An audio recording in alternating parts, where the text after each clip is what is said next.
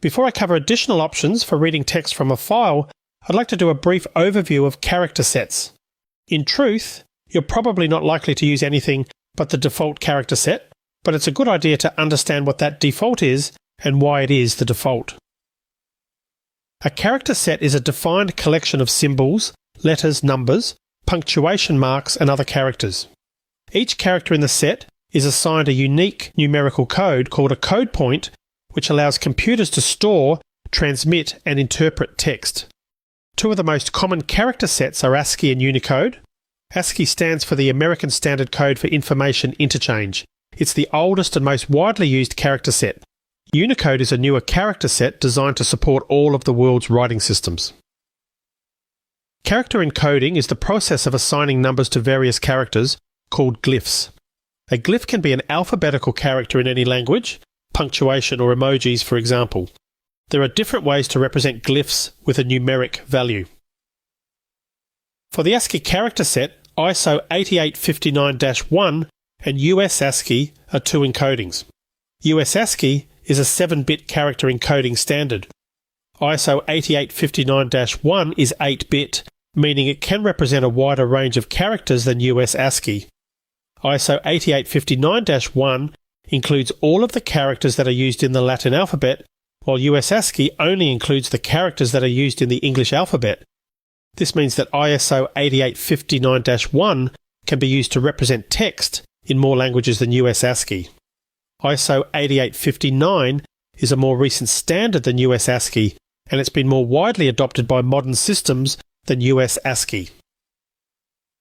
UTF-8, UTF-16 and UTF-32 are all different encodings used to represent Unicode characters. All of these encodings are backwards compatible, meaning they can store ASCII characters with the same encoding. UTF-8 is variable length, so each character might use a different number of bytes. UTF-16 and UTF-32 are fixed width encodings. Each character is represented by 2 bytes for UTF-16 and 4 bytes for UTF-32. UTF-8 and UTF-16 are both very popular encoding systems, but UTF-32 is rarely used because it takes up more disk space. In general, UTF-8 is the better choice for most applications. It's more efficient, more widely supported, and can represent a wider range of characters. However, if you're only working with ASCII characters, ISO 8859-1 may be a better choice for efficiency reasons. Java has the most common encoding specified on an enum in the java.nio.charset package called standard charsets, and I've included that URL here for your convenience. I've started out with a fresh project called Reading with NIO2. Before I look at reading data from a file, I'll first check what the default character encoding is. There are a couple of ways to determine the default. The first is by getting a system property called file.encoding. The second way is to call the static method default charset on the charset class. Running this code. Both methods give me the same result, and I can see my system's default encoding is UTF-8. Yours may be different, however. I'm going to use the default in all of my examples, but you should know you can override this by passing in the character set you'd rather use in most class constructors that read text files. I've included the fixed width file from the last video in my project. This is in the resources section of this video. In the main method, similar to how I started with the IO classes, I'm going to start out by reading the smallest unit, in this case bytes. Ultimately, all data is really in bytes and it gets encoded to characters if it contains text, if we use a text-based reader. I'll first start with creating a path variable to my file, which is in the current working directory. I know I need a try-catch block, so I'll include it now. I'll write this code out in a single statement. I'll use read all bytes on the files class, passing it my path. I'll pass that result, a byte array, to a new string instance and I'll print it. I'll catch the IO exception and throw a runtime exception instead. Let's review what we get. You can see I've read my entire file in one fell swoop into a single string, so that's kind of painless. I can do the same thing, but this time with the method readStringOnFiles. I'll include a separator line. I'll call files.readString, passing it path, and print that out. Let's review what we get. I get the same output above and below the separator line. If I control-click on read string, it's delegating to an overloaded read string, so I'll control-click on that. There's more code here, but ultimately you can see it's just calling read all bytes, similar to what we did earlier. This method, the read string method, should be used if you know you're reading a text file because it handles some security checks and access issues, which is this additional code you see here. Okay, so let's get back to the main method.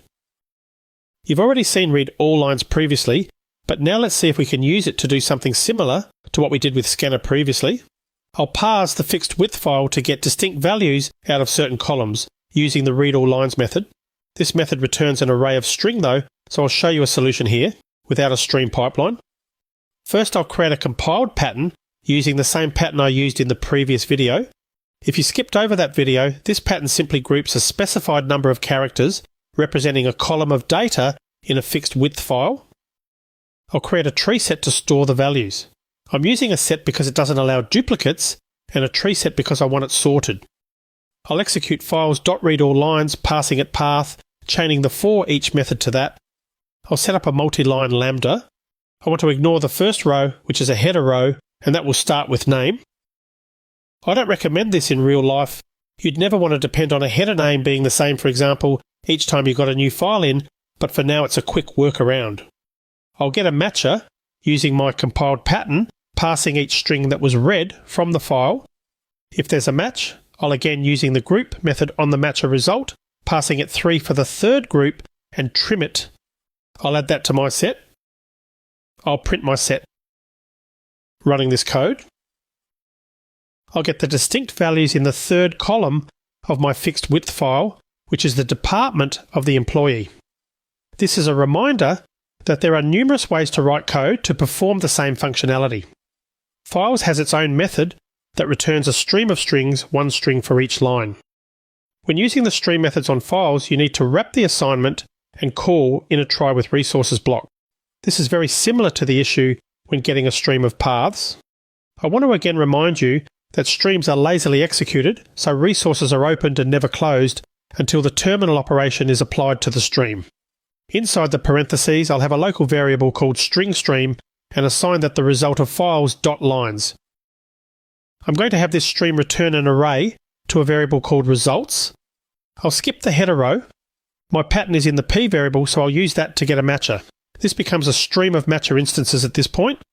I want to filter by actual matches because they may not all match. Some of your data might not be properly formatted, but I want to keep processing. I'll map again, this time to a string, using the matches group 3 and trimming it. I want the values to be distinct and sorted and returned in a string array. I'll print the results. Running this code.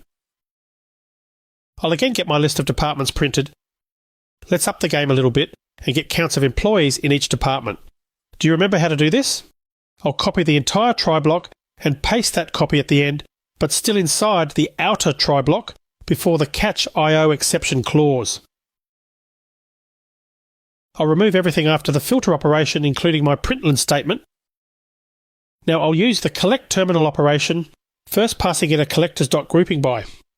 I'll group by the column I'm interested in, column 3 or the department, which I can get from the matches group 3, and I'll trim that here as well. I'll follow that up with the collectors.counting methods. This counts all records within the group. The result of this is I get back a map keyed by a string, the department name, and the value is the number of records in the department. I'll print that data out using the entry set. Let's see what that gives us. I see that I have 5 employees each in finance and marketing, 4 in HR or human resources, and 6 in IT. Okay, so that's using the various methods on the files class to read data from a text file. I hope you're starting to get a feel how powerful these methods can be to analyse text files. I'll summarise these methods on a quick slide. All of these methods read the entire contents of a file into memory. These methods support files up to about 2 gigabytes in size. After that, you're in danger of an out-of-memory error. For large files, you'll want to use a buffered reader or a channel, which I'll talk about shortly. Read all bytes reads the entire contents of any file into a byte array, and it will close the resource for you, meaning it doesn't need to be included in a try with resources block. ReadString is similar, but can only be used with text files and is preferred over read all bytes for text files. Read all lines also reads the entire contents of a text file, but it returns a list of string, each element representing a line of text from the file. The lines method is like the read all lines method, but the result is a stream source of string, each element a line of text. This method should be included in a try with resources block. There are other ways to read data from files, and I'll cover those later. The methods I've covered so far in the last couple of videos may be enough for the majority of your needs. Okay, so I'll end this video here. In the next video, I'll give you a challenge, so I'll see you there.